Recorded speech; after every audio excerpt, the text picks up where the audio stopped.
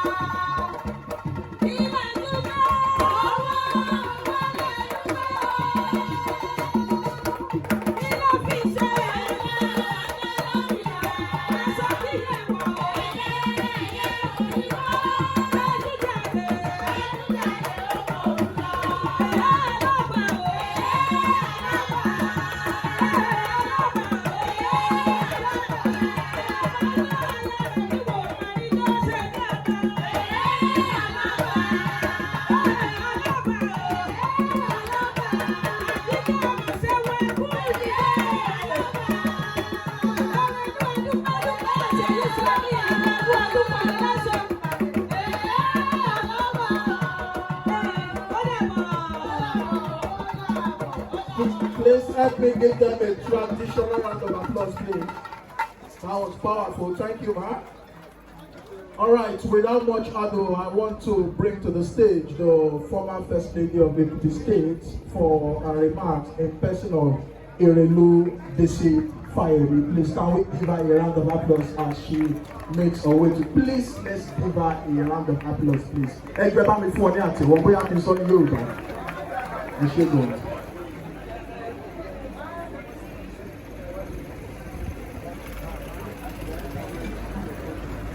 Thank you. Nefertiti, Ọlábísí lórúkọ mi, Ìṣàbíọ́lá o, Aya Fáyẹmí. Your Excellency, the Governor of Lagos State, thank you very much for being here today with the celebrants, Governor Dosumu and his beautiful wife, my dear sister, Dr. Ibijoke Sanwo-Olu. Your Excellency, the former President of Nigeria, our dear father, President Olusegun Obasanjo, our real father, Kábíyèsí Ajapelori Bàtàpẹ́lẹ́sẹ̀, my dear sister, Dr. Olufolake Abdulrazak, wonderful remarks earlier on, and all the wonderful, distinguished persons of the high table, and all the distinguished ladies and gentlemen in the audience. Good afternoon to you all.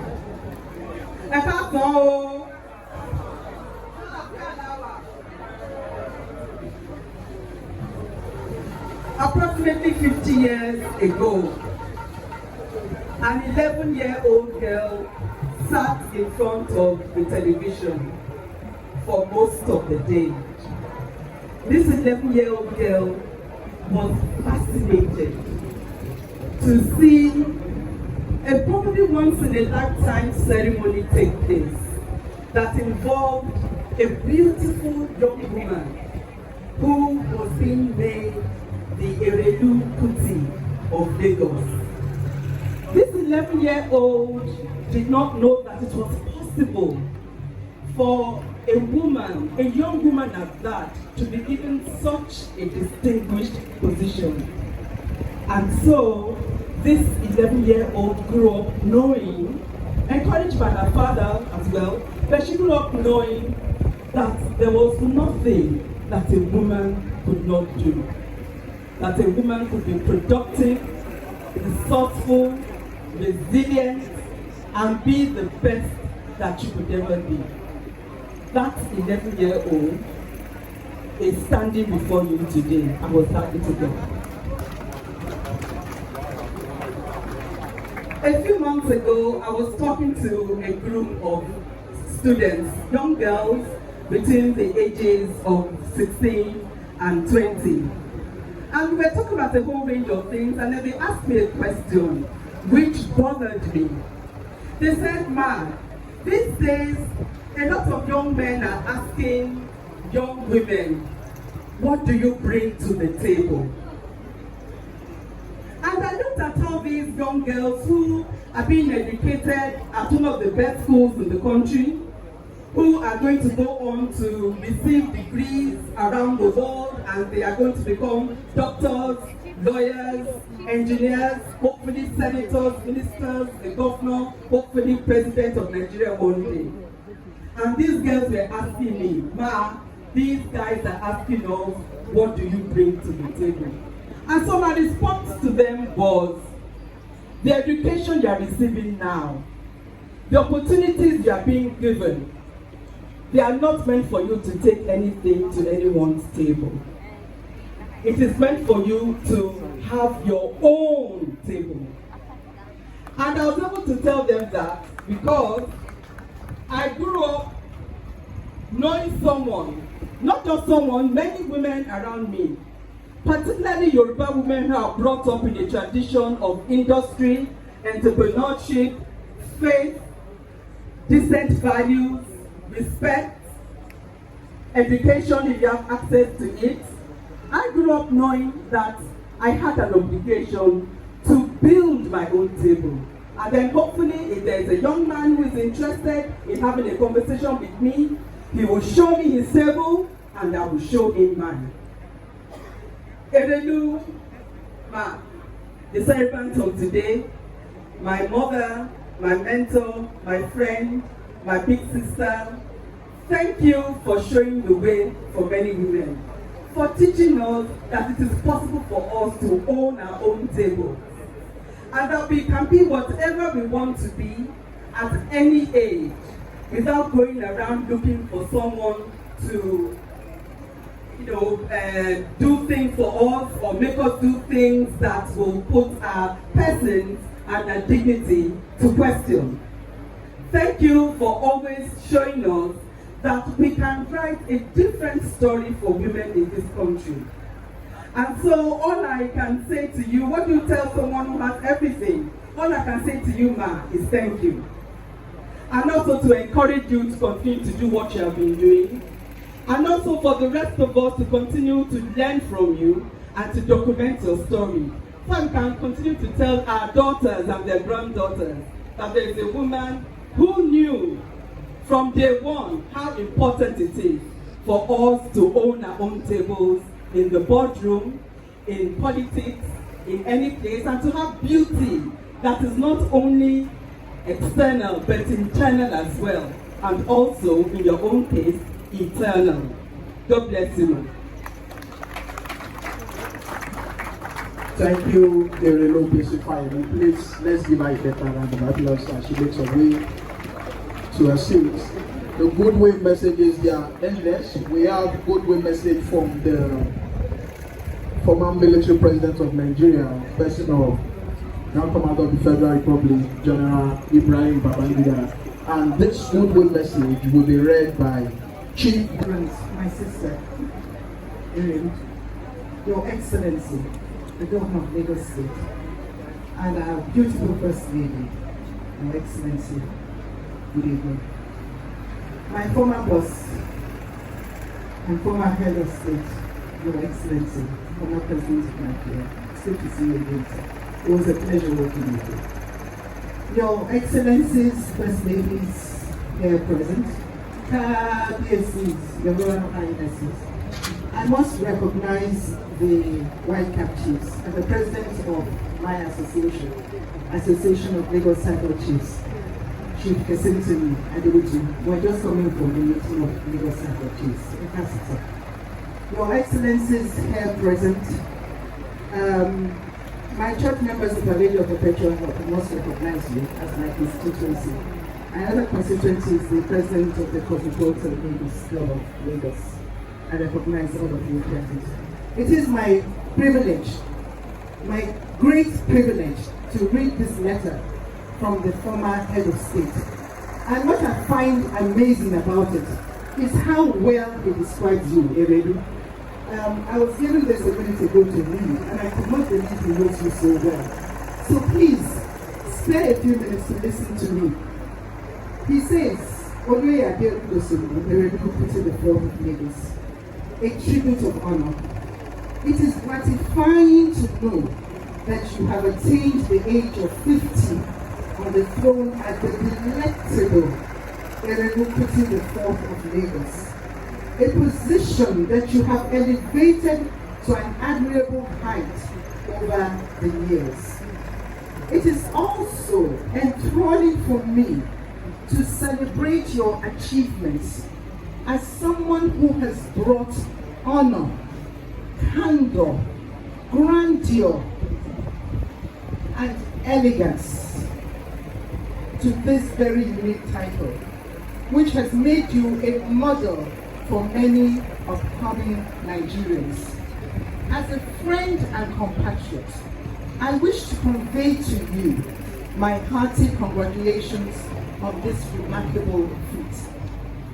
Your disposition to this title and the way you have conducted yourself in the past 50 years of this title are eloquent testimonies to your uncommon grit and gravitas.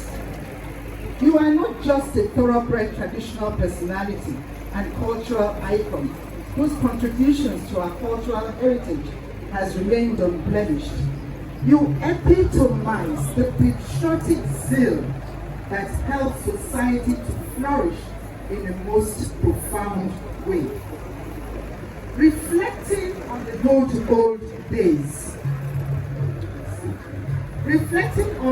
old days, Erelu, you have remained your ageless self, bubbling with enthusiasm on the lofty ideas and ideals that you represent. You have always nourished a beautiful smile and laughter, never a dull moment. As you celebrate this golden age as Erelu Kuti IV of Lagos, I wish to join many of your friends, admirers, associates, and family to salute your consistency, your stamina. I'm always telling you you're tireless. Your stamina, positive conduct, and subliminal humility, which you have exhibited thus far to promote the culture of your forefathers. May Allah